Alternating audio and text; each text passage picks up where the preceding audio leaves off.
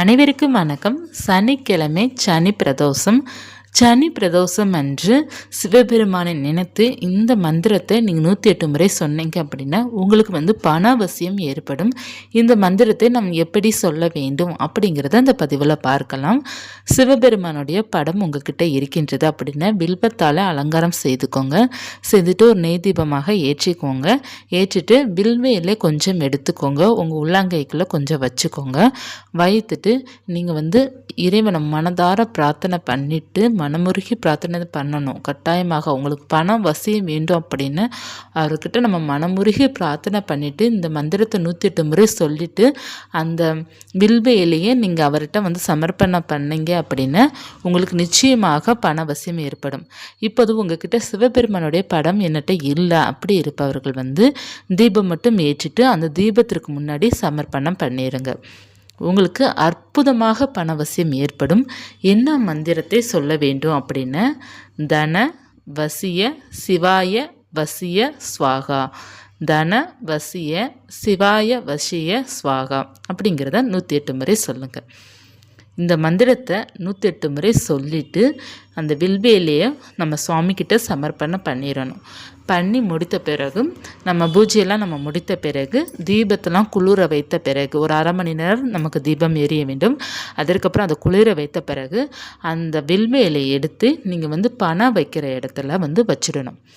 வச்சுட்டு நீங்கள் அந்த வில்வேலை காய்ந்தாலும் அது அப்படியே இருக்கட்டும், எடுக்கவே வேண்டாம்.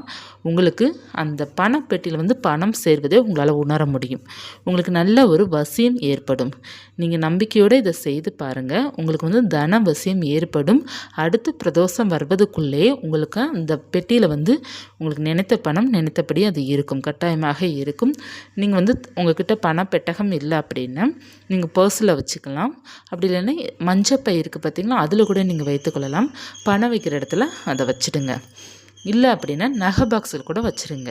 ஆனால் கட்டாயமாக நீங்கள் வழிபாடு செய்துட்டு இந்த வில்வேலையை நீங்கள் சமர்ப்பணம் பண்ணிவிட்டு அதை நீங்கள் பணம் வைக்கிற இடத்துல வச்சிங்கன்னா ரொம்ப நல்ல சக்தி கிடைக்கும்.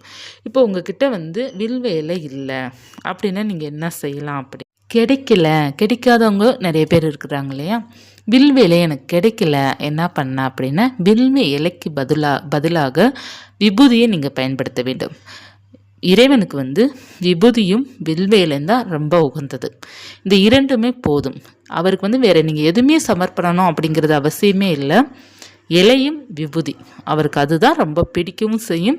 அதை வைத்து நம்ம என்ன கேட்டாலும் நமக்கு அது கிடைக்கவும் செய்யும். இப்போ வில்வேலை இல்லாதவர்கள்லாம் விபூதியை சமர்ப்பணம் பண்ணணும். விபூதியை நீங்கள் எப்படி சமர்ப்பணம் பண்ணணும் அப்படின்னா வில்வேலை எப்படி கையில் வச்சுக்கிறீங்களோ அதே போல் விபூதியும் நீங்கள் கையில் வைத்துட்டு இந்த மந்திரத்தை 108 முறை சொல்லிவிட்டு ஒரு பேப்பர் எடுத்துக்கோங்க. அந்த பேப்பரில் அந்த விபூதியை கொட்டிடுங்க. கொட்டிட்டு சுவாமிக்கு தூபம்லாம் காமிச்சிட்டு அந்த தீபம் குளிர வைத்த பிறகு அதற்கப்புறம் ஒரு பேப்பரில் மடித்து அந்த விபூதியை எடுத்து நீங்கள் வச்சிடுங்க. அந்த பேப்பரில் கூட நீங்கள் இந்த மந்திரத்தை கூட எழுதி கூட வைக்கலாம், ரொம்ப நல்லது. தன வசிய சிவாய வசிய ஸ்வாகா எழுதிட்டு கூட அந்த விபூதி அதில் வச்சுட்டு அதை அப்படியே நீங்கள் பண்ண வைக்கிற இடத்துல வைங்க. ரொம்ப சிறப்பாக இருக்கும். உங்களுக்கு நம்பிக்கையுடன் செய்து பாருங்கள். சிவபெருமான் நம்மளை கைவிட மாட்டார். அவர் தான் நமக்கு பணத்தை கொடுக்கக்கூடியவர். லக்ஷ்மி தாயாருக்கே சிவபெருமான் தான் பணத்தை கொடுக்கக்கூடியவர். கொடுக்குறதுனால தான் அவங்க பணத்திற்கு அதிபதியாக மகாலட்சுமி தாயார் இருக்கிறாங்க. அப்படிப்பட்ட கடவுள் நமக்கும் கொடுப்பாங்க. அதனால் நம்பிக்கையுடன் செய்து பாருங்கள். இந்த சனி பிரதோஷத்தை தவற விட்டுறாதீங்க. இந்த சனி பிரதோஷம் நம்ம பணத்திற்காக மட்டும் கிடையாது. நமக்கு தோஷங்கள் இருந்தாலும் இந்த பிரதோஷம் அன்று வழிபாடு செய்யும்போது தோஷங்கள் தீரும். இப்போ நிறைய பேர் குழந்தை பாக்கியத்திற்காக வழிபாடு செய்பவர்களாம் பிரதோஷம் அன்று வழிபாடு செய்யும்போது குழந்தை பாக்கியம் சீக்கிரமாக கிடைக்கும். ரொம்ப நல்லது. ஏன்னா சிவபெருமானுக்கு இந்த பிரதோஷம் அன்று வழிபாடு செய்து குழந்தை பாக்கியம் கிடைத்தவர்களும் இருக்கிறாங்க. ஏன்னா நமக்கு தோஷம் அப்படிங்கிறது நம்மளுடைய குடும்பத்தில் யாராவது தெரியாமல் செய்த தவறு கூட நமக்கு தோஷமாக மாறிடும். இப்போ அடுத்த ஜென்ரேஷனுக்கு அது பாதிப்பாக இருக்கும். அப்படி இருக்கும்போது குழந்தை பாக்கியம் தள்ளி போகுது அப்படின்னு ஏதாவது ஒன்று காரணம் இருக்கும். ஒன்று உடலில் ஏதாவது ஒன்று நமக்கு பிரச்சனை இருக்கும். அப்படி இல்லைன்னா இந்த ஜாதக ரீதியாக ஏதாவது ஒரு பிரச்சனை தோஷம் ஏதாவது இருக்கும்.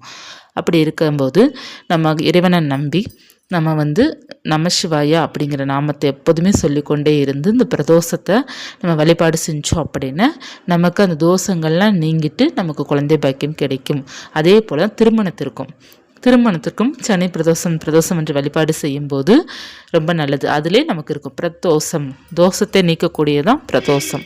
அதனால் இந்த நாளை கட்டாயமாக வழிபாடு செய்து பாருங்கள். இறைவனோட அருள் பரிபூர்ணமாக கிடைக்கும். இந்த பதிவு உங்களுக்கு பயனுள்ளதாக இருந்துச்சு அப்படின்னா லைக் பண்ணிக்கோங்க. இது போன்ற தகவலுக்கு ஜஸ்ட் லைக் மூன் சேனலை சப்ஸ்கிரைப் பண்ணி வச்சுக்கோங்க. நன்றி.